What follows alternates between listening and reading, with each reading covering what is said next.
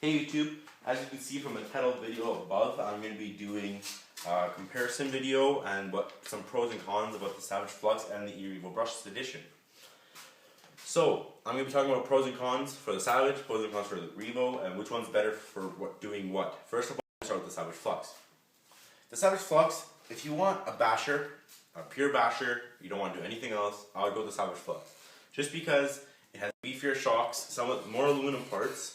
The shocks are pointed in a diagonal, as for the Revo they're pointed straight down. So this will handle jumps a little bit better than the Revo. But what I like about the Savage is some pros is that it has a Marble Monster ESC. HPI calls it the torque motor and I think the Flux ESC or something like that. But they are powered by Traxxas, just with a little different name on them. So it does go the same speed as the Revo brushes, which I really like. Also, another pro is good at bashing, as I recently just said. And one other pro, it has great aluminum parts on it. It gives you probably the aluminum parts that you're going to need down the road. So it gives you metal spur gear, metal pinion gear. As for the Revo, it just has the plastic spur. Has metal drive shafts and a metal chassis. And also, everything in differentials are all metal, and also in the gearbox, it's all metal. So that's what I really like. That's another pro. The tires are really soft, so it picks up on loose dirt and gravel. It does have a lot of traction, which I really like. All the plastics are really strong plastics. You won't be breaking any. The bumpers look pretty strong. My back wheelie bar did break. That's just because 6 has batteries. You're gonna be on 6S. More batteries are gonna break. More parts are gonna break than 4S. So I would say run this on 6S if you can, because it's just a blast. But some cons about it. The battery boxes. I kind of like them, I kind of don't. Just because with the Revo, they don't really pop out. As you can see, they have little clips right here. They clip them in and they clip back on. But the Savage FLux, they have these little things that go in the sides. And you have this little rubber protective thing that tries to hold it in, but doesn't really do a good job. So what I had to do is I had to put some Velcro straps on each side of the battery boxes just to keep them from not falling out. Also is that the wires, where the wires come out, it's not the biggest hole, but what I did was, I don't know if you can see this on the camera, I just cut these holes out so it's a little bit bigger, and so my wires don't get wrecked or anything like that, because for these cars, you're going to be running expensive LiPos in here, and I don't really want anything happen with my LiPo batteries. So that's for the Savage FLux. So overall, it's a pretty decent car, pretty decent truck. I really like it. I like the look of it. I'll get you a picture. I'll get you the body over here, and it looks perfectly. I like the body, nice flaming look. So it's a pretty cool truck. And on to the Revo. I'll start with the pros and cons. Pros: it goes about 65 miles an hour, just like the Savage FLux. And it's good for all around. If you want a basher, I would go with the Savage FLux, just because the Revo, it's more in between. It can race and it can also bash. I'm not saying if you have a Revo, sell it for a Savage. No.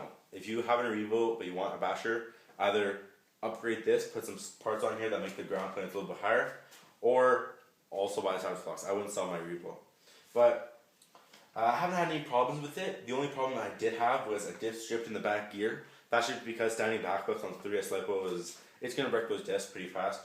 Also, I did have a problem with the plastic drive shafts. Every run I would just blow them really quickly. So I upgraded those to steel drive shafts, and I haven't had any problems with bending them or breaking them or anything like that, or them falling out.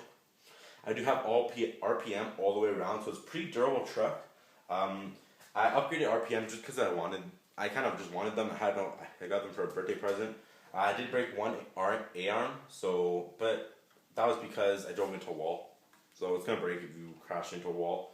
But overall, it's a pretty durable truck. You don't really need to upgrade much. I would say upgrade the drive shafts with either steel ones or the Summit ones, because the Summit ones are a little bit heavier dudier.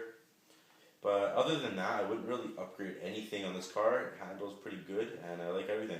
If you're into racing, I would get the Revo, because you can lower it. Like, my Revo was like this until I put my trencher tires on them. I used to have Badland tires. I preloaded my shocks a little bit more, and that's about it. But this car can go even higher. If you put the long travel rockers, this car will have, I don't know, I measured it last time in my other channel. It had a pretty high ground clearance, so I wouldn't really complain about getting over objects because both of these trucks can do it. Some cons is that they don't give you I don't know, any aluminum parts. They give you obviously aluminum parts in the gearbox and differentials because you need those, but they don't. I was hoping that they would give you some steel drive shafts or something like that, because with 6S power you're gonna be braking it a lot. You're gonna be running it pretty hard, and I would say you need some aluminum parts, which I like about the Savage. But overall, it's pretty durable. The only thing I did break, as I said, was the front A-arm, the drive shafts, not the steel ones, the plastic ones. And I did break my chassis and bulkhead once. But that's after I took it off like 20-foot jumps each time, and it landed about 10 out of 15 times, so it's pretty good. And what I like about both cars is that they jump really well. This one's a little bit better, but this one flies through the air, I think, probably a little bit better because it has the wing and it has a sleek little body design. This one's more of a truck look. My body is full of duct tape because I had this car for like 3 years, and you'll be going through bodies with 6S batteries. So here's my body. I know it's a little bit beat up, but I don't really care. It's just a body. It handles well. There's plain duct tape on it. It doesn't look that bad. It looks bad, but I really don't care what bodies I use. For my Savage, I really like the plain bodies. But if I do get another body for my Savage, it'll probably be blue. But anyway, so if you're into pure racing, if you're into all-around RC driving, get the Revo. If you're into just bashing, get the HPI Flux. I would go with the Flux HP just because it can handle 6S. I know 4S on the normal Savage Flux, it goes faster than the Savage Flux HP on 4S. But when you put 6S in here, it's just crazy fast, which I really like about it. Also, if you have either one of these RC cars, I would upgrade, hold on, to a different remote.